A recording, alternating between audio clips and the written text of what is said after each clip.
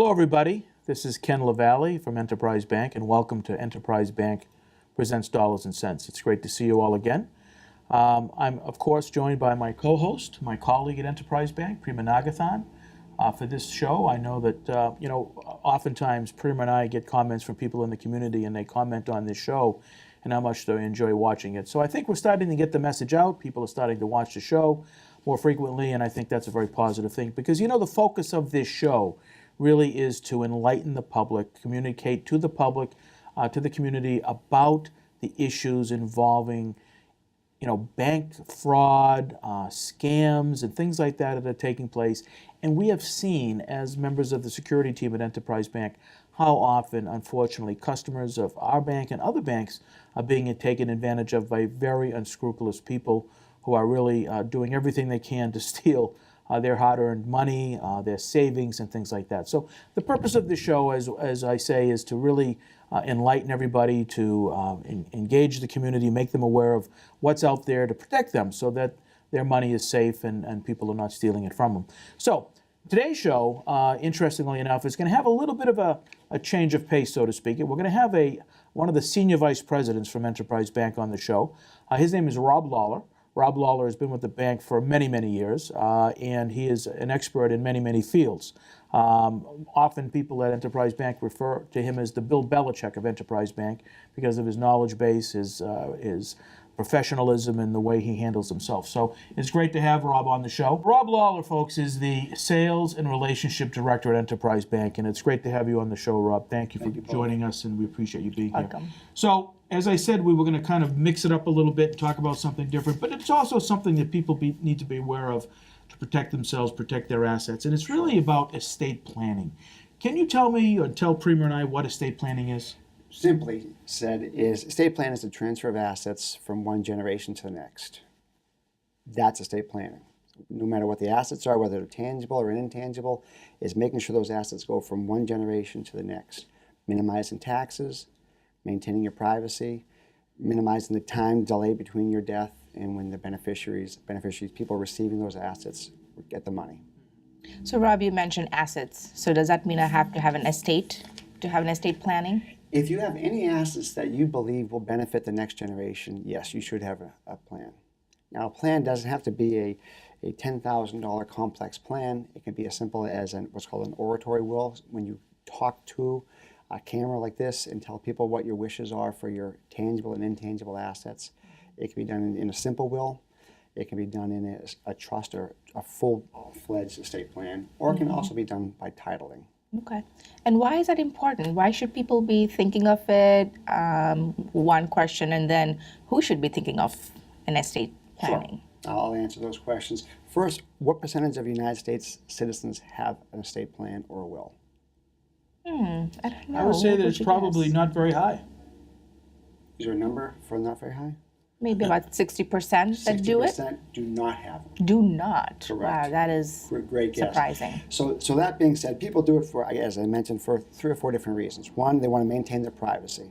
They want to make sure their nosy neighbors or their coworkers don't understand what they have or where those assets are going. Number 2, they want to minimize taxes. There's generally a tax on the transfer from one generation to the next if the assets are high enough.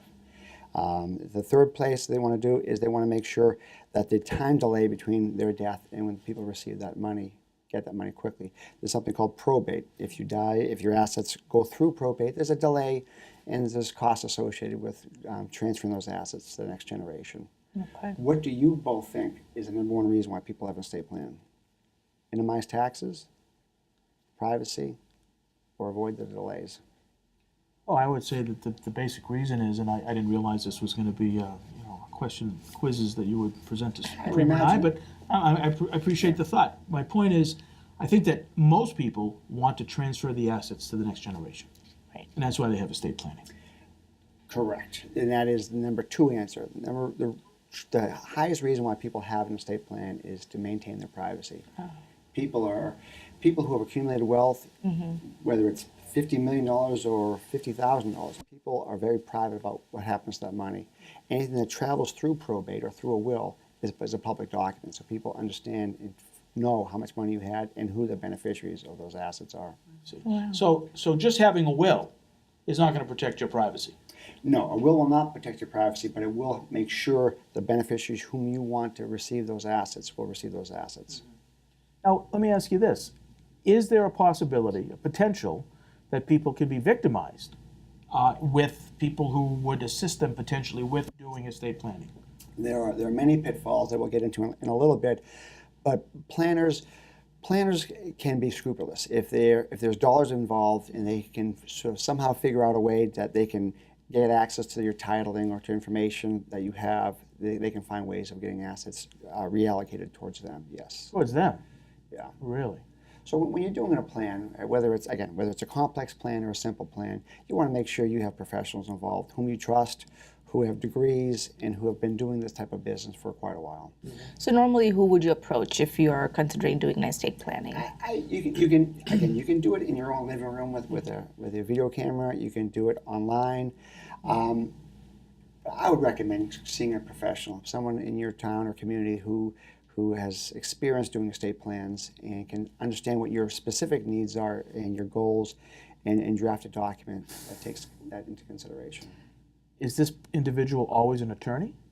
Generally, in Massachusetts, yes, it's an attorney who drafts the documents. You can go to a financial planner, you can go to a number of people, your CPA, but for drafting, it'll be an attorney. So it's always an attorney? Yes. So if you're not really sure who to go to, could you go to your local bank and would they be able to guide you? Certainly. Okay. And there's many recommendations, and each community has a number of very highly thought of professionals who can do this drafting. Yeah. Now, when you say that people who are the planners can be unscrupulous and can take advantage of people, how about people, not the attorney or the planner, but someone in the family or someone outside the family? Is there a possibility that someone could be motivated to push for estate planning and take advantage of the situation? To answer the question, the number one area of concern right now is elder abuse. And when we hear elder abuse in the news, we think about physical abuse, keeping medicines, keeping food from those people, keeping. The number one area of elder abuse is financial abuse. It's when people are incapacitated, whether mentally or physically, and are unable to get to their assets. Yeah. Whether it's in the drawers, whether it's in jewelry, or whether it's bank accounts, they get access to those assets. And whether it's a healthcare worker or a family member or whomever, they have access to that. Now, what happens if you didn't have an estate plan? How would that affect the person? Everyone in our listening audience already has an estate plan. I said 60% of people do not have one, but everyone actually has one. The Commonwealth of Massachusetts dictates what happens to your assets when you die if you do not have a specific directives for those assets. That's good to know, but I think with that, you don't really have a control over. You don't. So what happens to your those assets, are right? predetermined. So if you're married, assets go to your spouse as well as to your children. If you have no children or spouse, then it goes up to your parents and to your brothers and sisters at that point in time. Oh, that's interesting. So is that state law? That's Commonwealth of Massachusetts law, yes. Now, at what point in life should an individual start to think about estate planning? Do you wait till retirement to do that, or? I would do it for a couple different reasons. One, when you've accumulated enough assets and you feel like you want to protect those assets. Number two, when there's life events. If you get married, if you have children, if you inherited a piece of property or some assets, I'd want to take care of my estate plan at that point in time. What about if those people, if you're a person with some wealth or even minimal money, and you say the Commonwealth of Massachusetts has laws that prescribe who gets these funds after someone is deceased. If you don't have parents, children, brothers, sisters, where's the money go? The money goes into a big fund in the state treasurer's office, and you'll hear advertisements on TV and radio advertising, unclaimed property. That's where it goes. And then who can claim that property? Any relative of the decedent, the person who died. So if let's say that decedent has a nephew, that's the only surviving relative, that money would go to that person. And it's a bingo day for that nephew. I see. So that person could potentially get those funds. Correct. But they have to petition the state to get it? Well, in the Commonwealth of Massachusetts and many states, there's a waiting period. That's a probate process. So any assets you have titled in your name or under your control go through a probate process, whether it's tangible or intangible. It's something you can hold, like a car or truck or a house or money, if you will. So that'll go through that process. Once there's a certain period of time delay between when you've passed away and the public notice, then you can get access. Then that money, if there's no one stepping forward, it goes into the state treasurer's office for unclaimed property. Are there any common mistakes or that can happen during an estate planning? Or do you have any examples that you can share with our viewers? There's 4 components generally in estate in planning. There's in how you title assets, whether it's a bank account, savings account, investments accounts, retirement accounts. There is a will, again, just a plain document that directs where your assets go, or a trust, which is like a will, but it gives you what's called post-mortem control. It gives you after-death control as to who gets those assets and when they get those assets. Within a trust plan, you're also going to have a durable power of attorney, which is a document that allows people to help you financially if you're incapacitated or unable to make financial decisions on your own. And a healthcare proxy or a living will that gives people the same thing as a power of attorney, but gives people directives for your medical attention. Okay. What your end-of-life wishes are, what your wishes are through medical intervention at that point in time. So that being said, everyone should have some type of a plan. If you're worried about what happens to your assets or to yourself later on in life and into the next world. Okay. Now, would you agree that there is some difference between a trust, the will, and an estate planning, or are they all under the same category? There are great differences. Okay. A will is nothing more than just a document that outlines what happens at your death. Okay. Period. One of the problems, the pitfalls, if you will, with a will is a lot of times people will create a will and with good intentions under their current state laws, and things will happen to them or to the tax laws that they don't take into consideration by not going back to that will, and sometimes you can get caught in a bad position. Yeah. One such case is a client of mine who thought they were doing a good job with their estate plan. Prior to me working with them, they had 3 children, 3 healthy children. He had a wonderful wife, and he did a real simple plan. Actually, he did an online will. And when he passed away, one thing he didn't account for was the 4th child. The will he had put together named actually 3 boys, named 3 boys and his wife as the beneficiary of that. Right. But 4 years after he'd done the plan, they had a daughter. Yeah. And the daughter was specifically not named in that document. And now the family did the right thing. Right. But if you talk about scrupulous, if the family dynamics were different, that young girl at that point in time of his death would have received no assets. So that's a very good topic that I want to hold on to when we come back from a break. We have to take a quick break. We'll come back and we'll continue the conversation. I think it's very, very important for us to talk a little bit more about that. Thank you.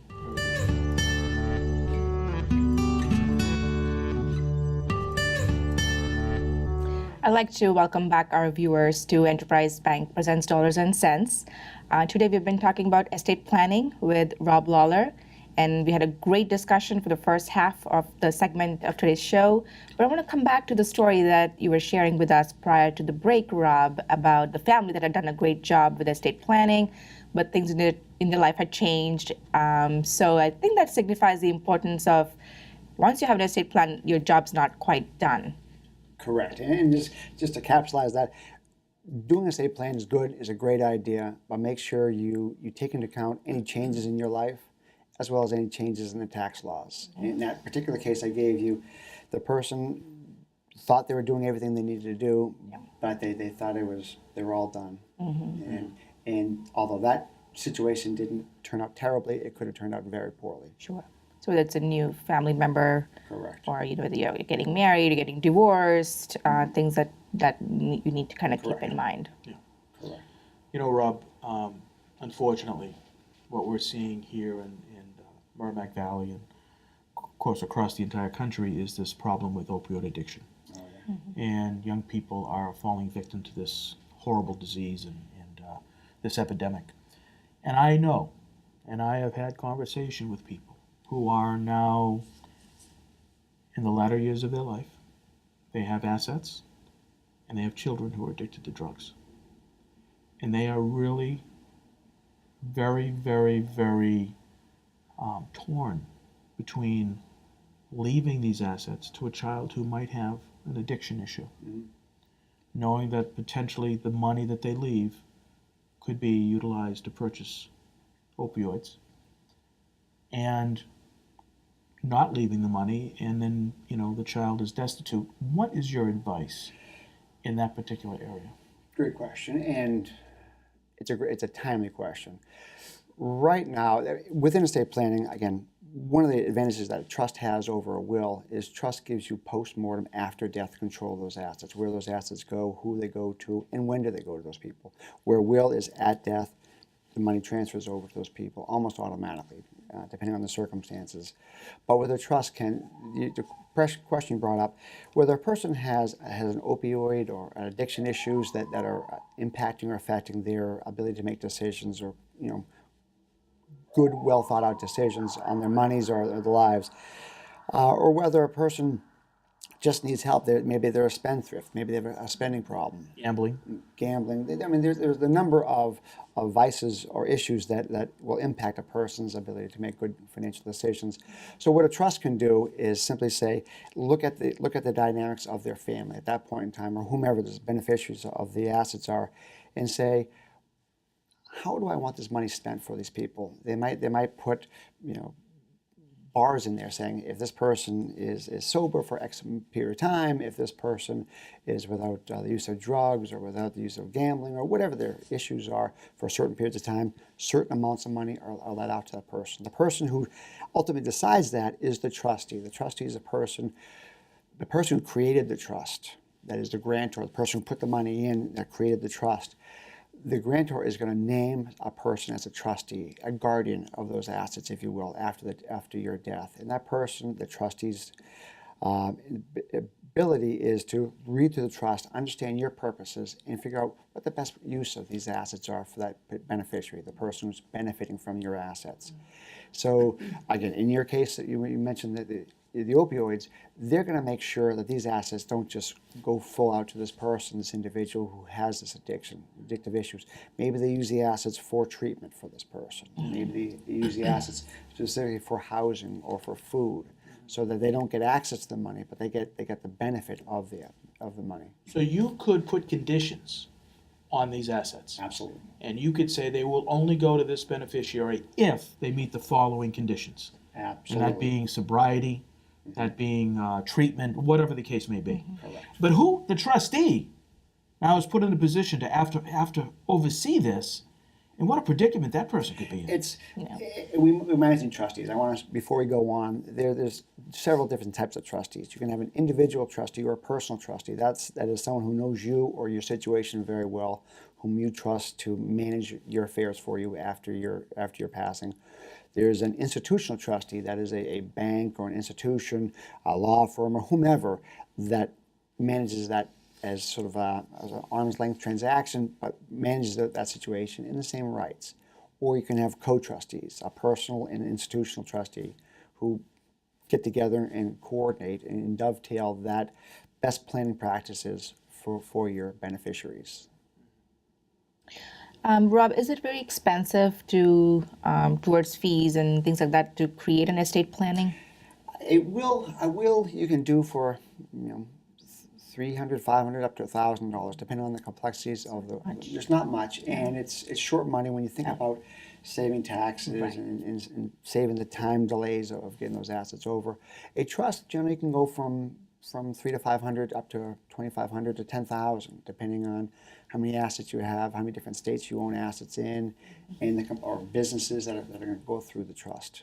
It all depends, but most estate plans generally can be done for under $1,500 or $2,000. And I think that's money well spent towards making sure that your hard-earned money and your assets that you worked on for so many years is put to proper use. Agreed. And to take care of your family. Absolutely agree. And to just clarify that, when we talk about assets, we're talking about more than money. You can be talking about more money. more than money. Sometimes people have houses, sometimes they have planes, sometimes they have businesses, they have multiple businesses. They'll have one popular one that I had maybe about 10 or 15 years ago. They had 975 patents that were paying each and every single month after that person's death for a number of years. Could you include things like vehicles and boats and You certainly yachts? can. Anything you can touch Yeah. or own, you can put it through a trust or will. Which brings us up to the next pitfall, and it's one I don't want to take your show away from you. But No, not at all. You're doing a great job. But a common pitfall is creating this estate plan. So going to an attorney's office, drafting a plan for yourself or in your family, and having the best drafted documents you possibly can do, but not titling your assets in the name of that trust, if it is in fact a trust. And that breaks my heart when I see that, because I've read many documents, many trust documents that are very well intentioned, but if the asset, the bank account, the investment account, the retirement plan, the house, the whatever you have, if that's not titled as that trust, you lose a lot of the benefits of that trust. Wow. And that's tough.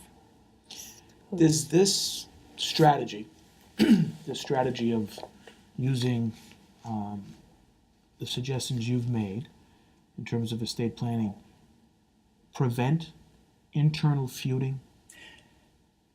Yes, and that's, I gave you the 4 reasons why people do an estate plan.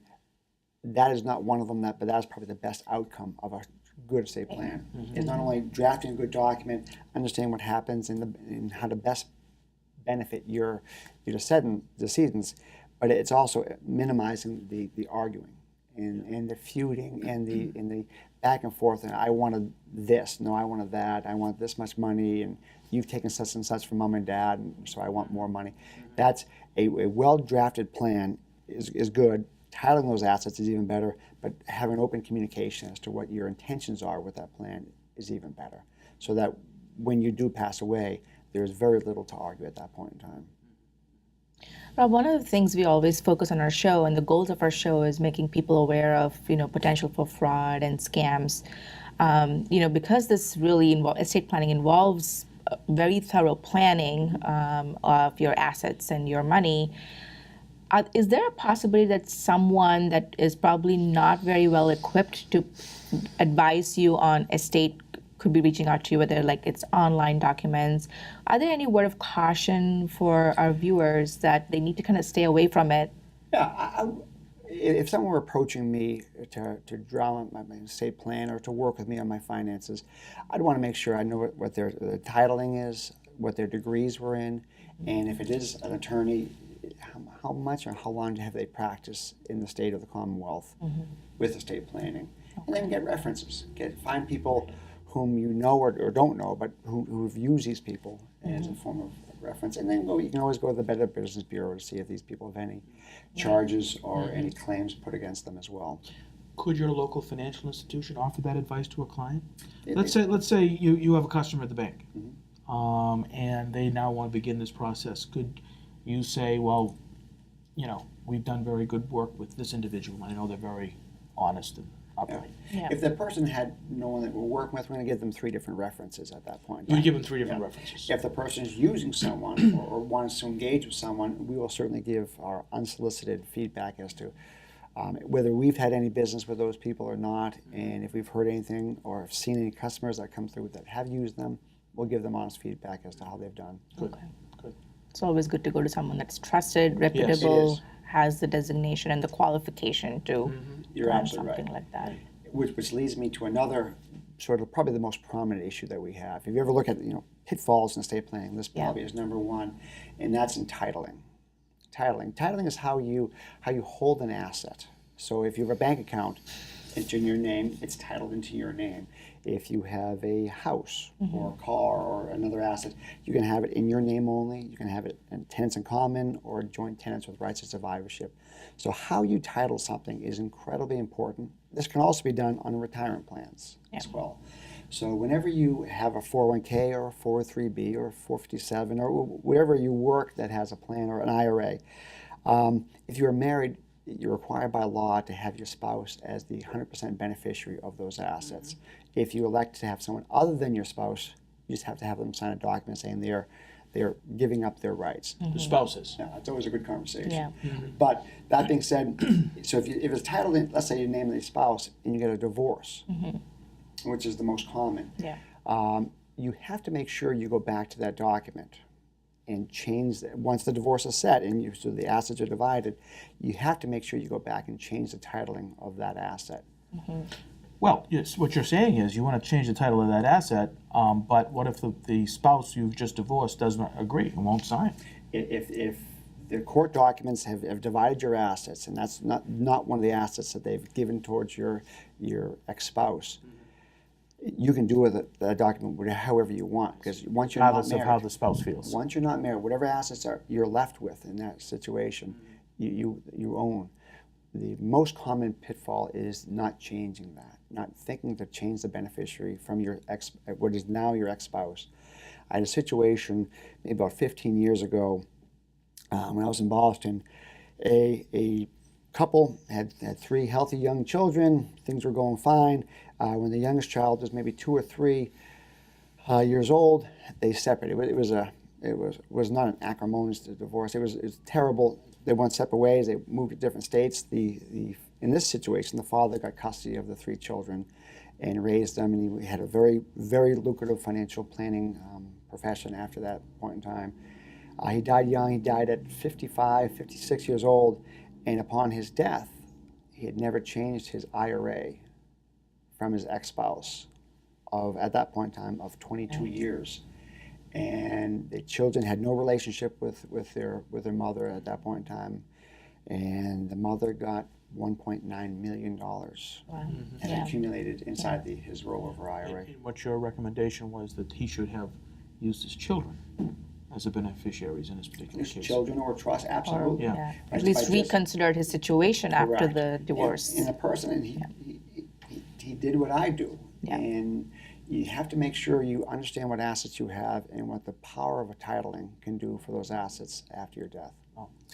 Rob, this has been a very interesting and enlightening conversation. learned We so really much, appreciate you yeah. coming on the show and Can I giving. give you a quiz? Yes. Actually, we've run out of time, but really appreciate the thought. Yeah, I think we have a few minutes just for Rob, because Here's a it's question. been a very Here's a question. important And topic. This gets to the heart of estate planning. Yeah. Okay. I'm going to give you 4 different scenarios, and you tell me after your death Okay. who owns the asset. Okay, we'll have to make this quick. So, Real quick. all right. So you have a house. You purchase a house, and your wife is the joint. You're titling with joint tenants with your wife. Okay. In your trust, in your will, you name your oldest child as the owner of that house after your death. In your trust, you name your daughter as the owner of that house after your death. And on your deathbed, you gift that house to your caregiver. When you die, who owns that house? Your caregiver. Caregiver. The spouse. The spouse. Because joint tenants with rights of survivorship dominate anything. Yeah. So whether it's in a will, whether it's trust, whether it's a gift. Yeah. If something's titled, that's why titling is so important. If something's titled Right. as joint tenant, nothing can undo that. it's the That's spouse. great. Spouse. That's the spouse. Wrong So, you just have to give it a thought. It's a serious matter. It's not about if you need it, it's more about when you need it. You just never know. Life can sometimes be unpredictable. Yeah, but absolutely. planning for it and being prepared for it, I think, is the key. Rob, thank you so much for coming on our Great show talk. today. Thank you so much. Really Thank you, appreciate and it. we would love to have you again. Great. Thank you. I hope you've enjoyed this episode of Enterprise Bank Presents Dollars and Cents, and we'll see you again soon. Take care.